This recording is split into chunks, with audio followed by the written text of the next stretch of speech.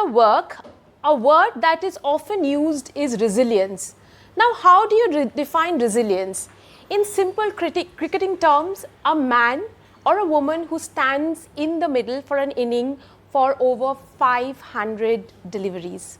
It is not a fiction, it has happened, and the man who has done it is Cheteshwar Pujara.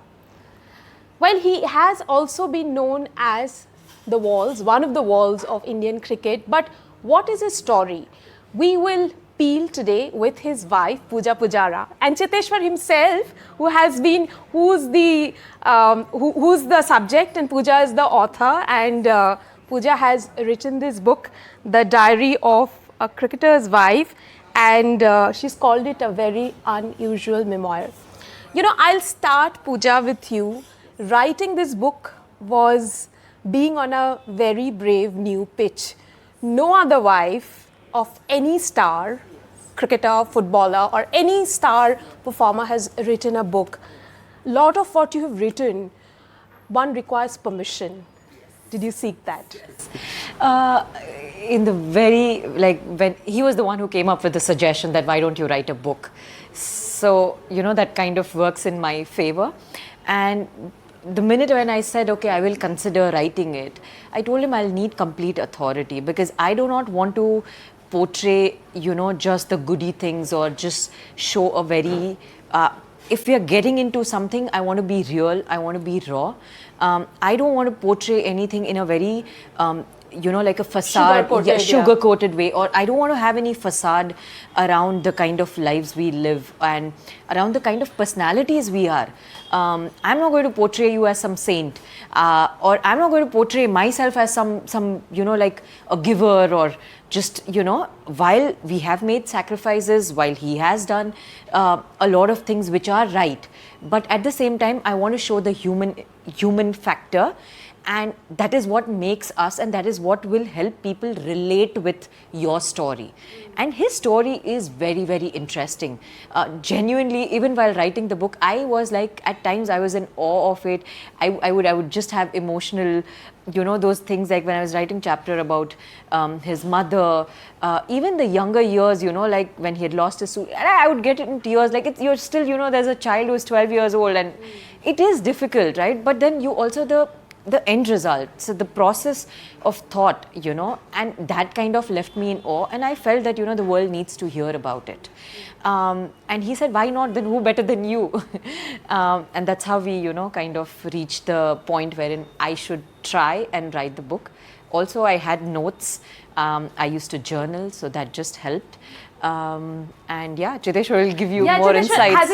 Has it ever happened that, you know, she said she's been journaling from 2013. Has it ever happened that you asked her, well, this should just be a part of your journal and no one else should read? Have you ever actually read what she's been writing? No, just bits and pieces. I haven't read what she used to write in her journals, but I knew that she has been writing, she has been journaling things, and this is from the time we got married. This has been from 2030 onwards, and our first discussion about her writing the book was in 2021. That's when I suggested, you have a lot of data, you have been collecting a lot of things, and she has been asking my dad, the people whom I know in the cricketing fraternity, so she has been noting all the minute details down. So I told her, why don't you give it a try, why don't you write something? And the first discussion was that when she she started writing, we had this agreement that I won't interfere in the book, I won't tell her that she has to write this or she has to avoid this. She will have the complete freedom of how she wants to write. And I first read the book after it was 80% completed. So that's when I first started reading what she was writing. And were there any portions that you said that you shouldn't write about this? No. Never. I have never told her. 100% agree. Yeah. And from the time she started writing, I knew that there were certain things which I won't like. I won't like people to know about it. But if she is telling the story, the right story has to come out. The truth has to come out. So I was okay with that. I knew from the time she started writing that there are so many things which normally I wouldn't like to reveal. But because she is writing it, I don't mind it. They never reveal. You know, there's a saying in Indian cricket, and on many press conferences I go to, they say, what happens inside doesn't you guys know on the outside. I've often been very intrigued to know what is that this outside, inside, inner sanctum, outer sanctum.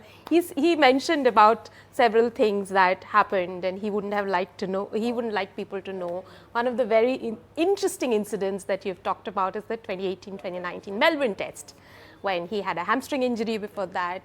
Almost there are discussions he had heard about he was getting dropped and that impacted him. Could you, both of you, talk us through that incident? So the idea to write that incident was not to per se describe about, you know, that incident. The idea was how he kept his calm and he did not get affected by it, and how he showed up the courage and the resilience, and you know, by keeping it to himself and not let it bother him in his head. So the idea, again, see, when I say that when we wrote the book, the one intention I told him from the word go is, I don't want to malign anyone. I don't want to, you know, like use any incidents, even situation that it hurts somebody while they are reading the book, because that is not the intention here. The intention is very pure. The intention is very, very pious. I want everybody to be inspired. And that is my sole purpose. But at the same time, what left me in awe was he didn't even tell me anything about it. I had to break his dad's news to him, so juggling everything together and then still showing up and doing so well for the country is, you know, the lesson that I learned from that story. While it has been highlighted as, you know, what do you think? For me, that anecdote is to just give perspective into his mind and the way he thinks, rather than dwell on that incident itself. And you know, when you look at it retrospectively, he became the man of the series. Of that series, and yet there were talks of him being dropped. You know, this is a question that the answer is actually really for me. I can in my head almost know who the person is. Did that person eventually talk to you about the conversations getting leaked? No, I don't think. Does he know that Puja has written about it first? I don't think he knows. I don't think anybody would know, because we haven't revealed the name. When we say the purpose, it's actually just a 2-line thing, which has just been, you know, highlighted. But it's literally, the purpose is not that. And the person's name is not there in the book is for a reason. If we wanted to expose someone, or if we wanted to say certain things. It's I mean, whatever happened, that has happened in the past. I don't want to dwell too much into it. Yes, I was disappointed after hearing what was said. But at the same time, you move on. You look at the bigger picture. When you are representing the country, your job is to win matches for the Indian team. And I had a job at hand. And that was the first ever victory on the Australian soil. So when I was playing the Melbourne test match, my entire focus was on how can I contribute to the team's success, because I had played really well in the first test match at Adelaide. I was in good form. There was a bit of a niggle which I had to ensure that it doesn't aggravate, and then I still can manage my fitness during the test match, which I could.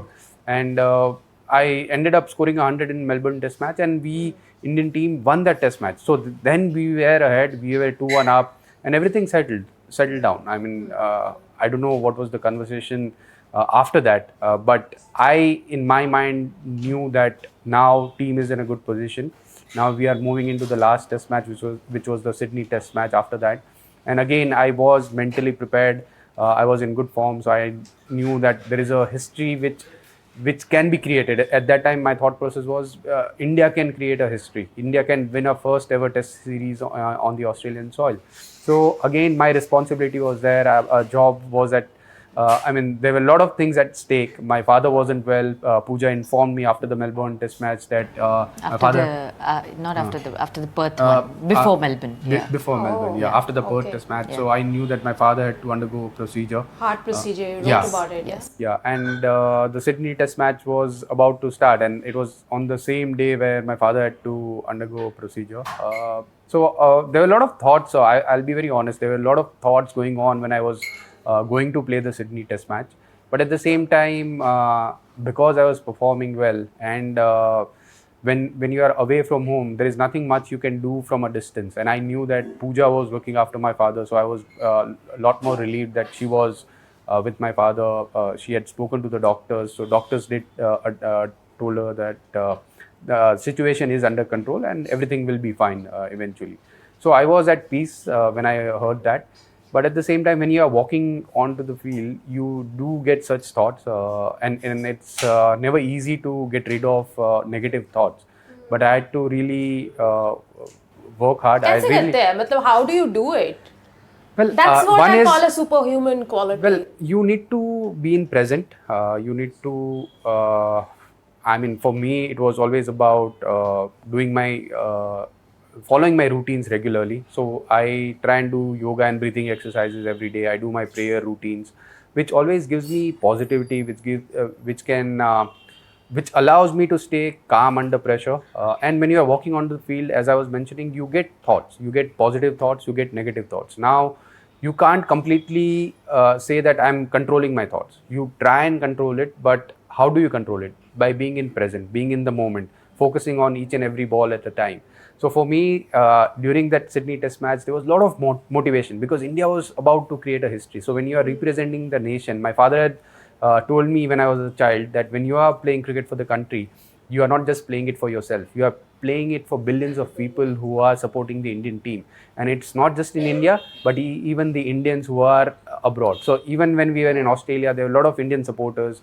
I used to get texts from people in UK that you should beat Australian team. and when I was playing that Sydney Test match, I was really motivated. And then once I started playing after first hour, I was really calm and composed. Cheteshwar, tell me how many cricketers and cricketers' wives are going to read this book to scan what Puja has written? I think many. in the Indian dressing room, tell me how many It's of them. not about scanning. I think so many people would draw parallels from, the book, because they go through, they write the same emotions as I do.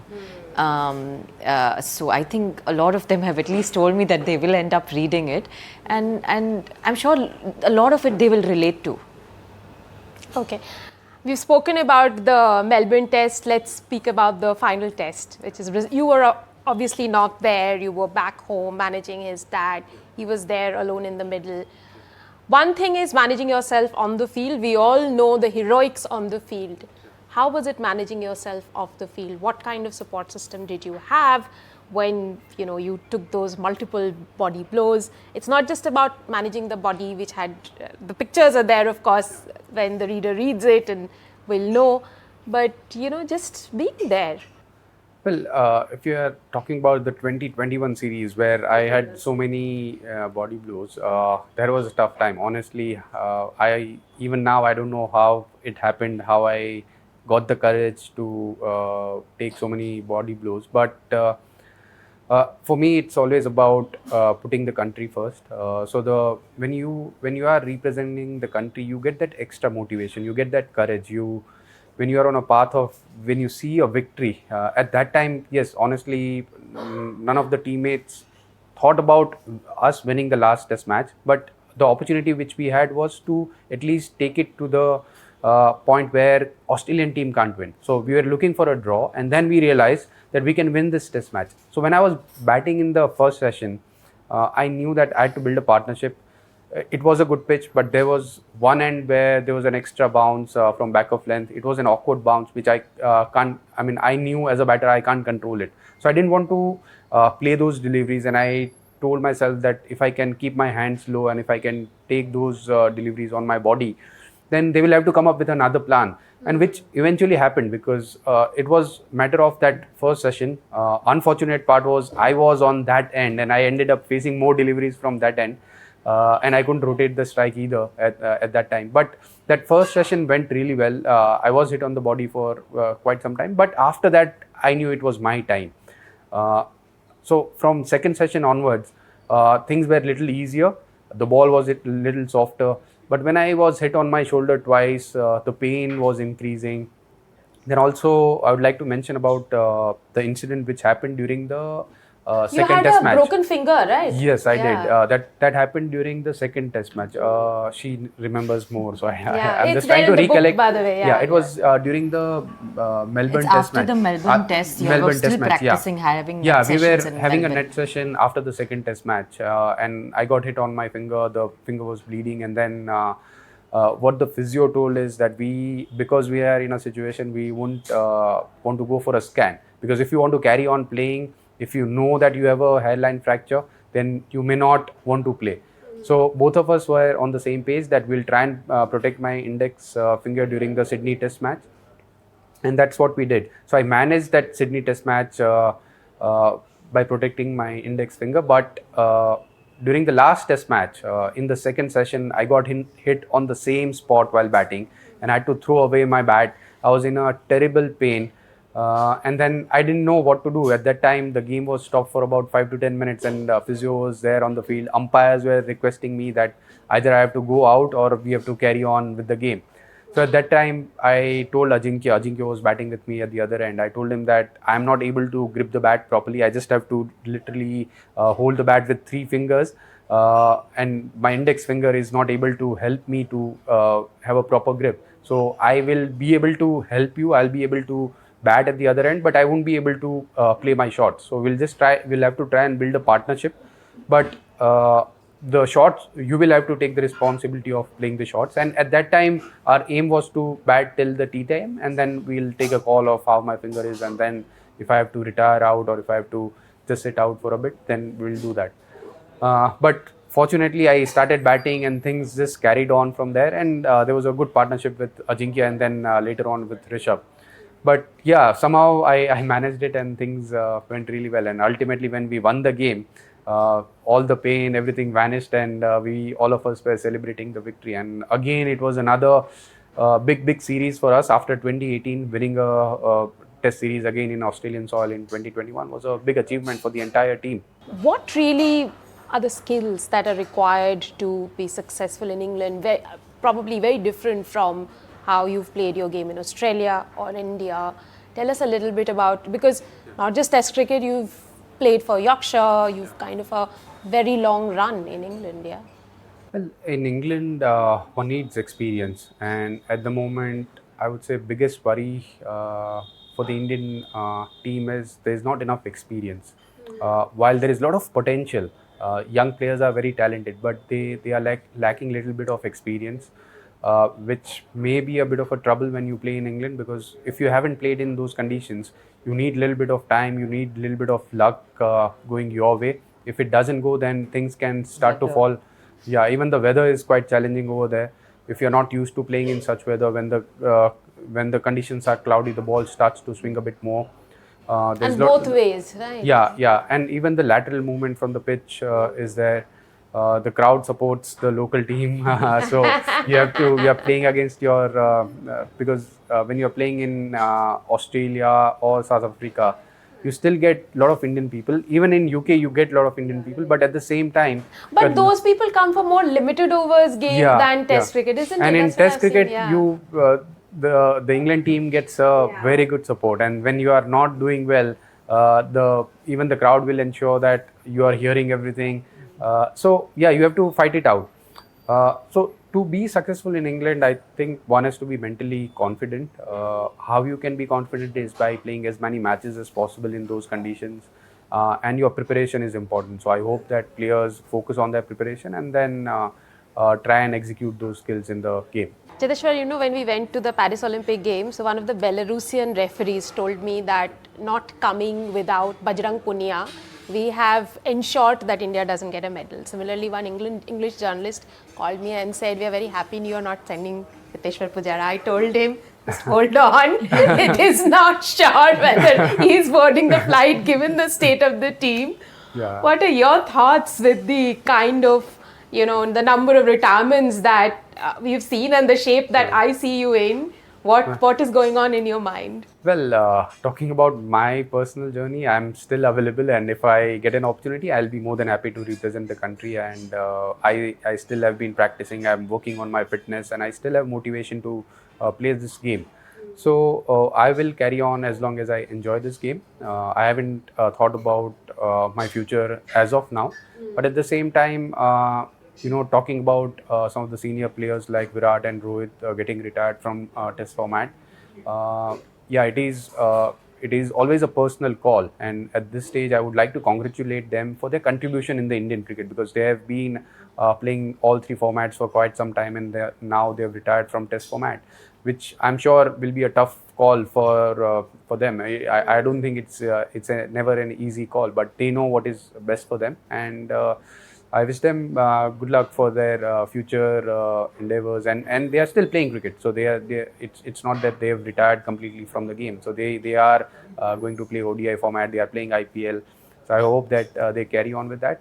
But at the same time, yes, talking about my personal journey, I don't know, but I do have experience. I have played enough cricket in English England. journalist, hold off. Yeah. For So now. fingers crossed. You never know. If I get an Yeah, opportunity, it'll be perfect. Yeah. As they say, cricket is a game of glorious uncertainties. One of the other questions I want to ask you is this young chap, Shubman Gill, who's been heavily touted to become the next Test captain of India. Your thoughts, you've spent some time in the dressing room with him, your thoughts about him, and how do you see him? No, he's a matured cricketer. He has a lot of potential to be successful in all 3 formats. This will be a challenge for him without any doubt, because he hasn't played a lot of cricket in England. This is the first time where he was part of the squad, but he missed out because of the injury in the past. But now he's getting an opportunity to play 5 Test matches, which is a very good opportunity for a youngster, which any youngster would look up to. If he gets the captainship, then it will be an added responsibility. But he's matured. He's matured enough. He's leading in the IPL, so he has that experience of being a captain of a team. Also, he's young, so there is a lot to prove for him, especially when it comes to Test format, where I'm sure any young cricketer, although we are talking a lot about the T20 format and the white ball cricket, where many young players does want to play white ball cricket, but at the same time their ambition is still to be successful in the Test format and to do well away from home. So this will be a perfect opportunity for Shubman to first bat well as a batter. I think his contribution will make a big difference to the team's success, and at the same time lead the team well. So if he gets the captainship, then I'm sure he's matured enough to lead the team. Okay, so one of the times when you spent in England was playing in Yorkshire. You're perhaps the only cricketer after Sachin Tendulkar to have played in Yorkshire.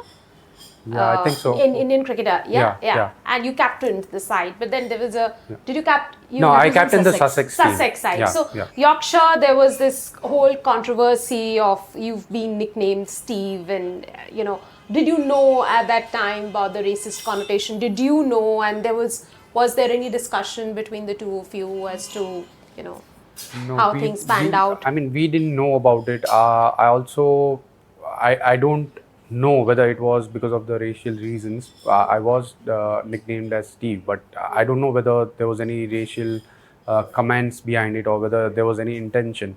So I'm not sure about that. But yes, Azim did mention that he struggled with racism, and it is his personal opinion, and I would not like to say or comment anything about it, because he played as a local player. If he has faced something, I'm sure that has been addressed already.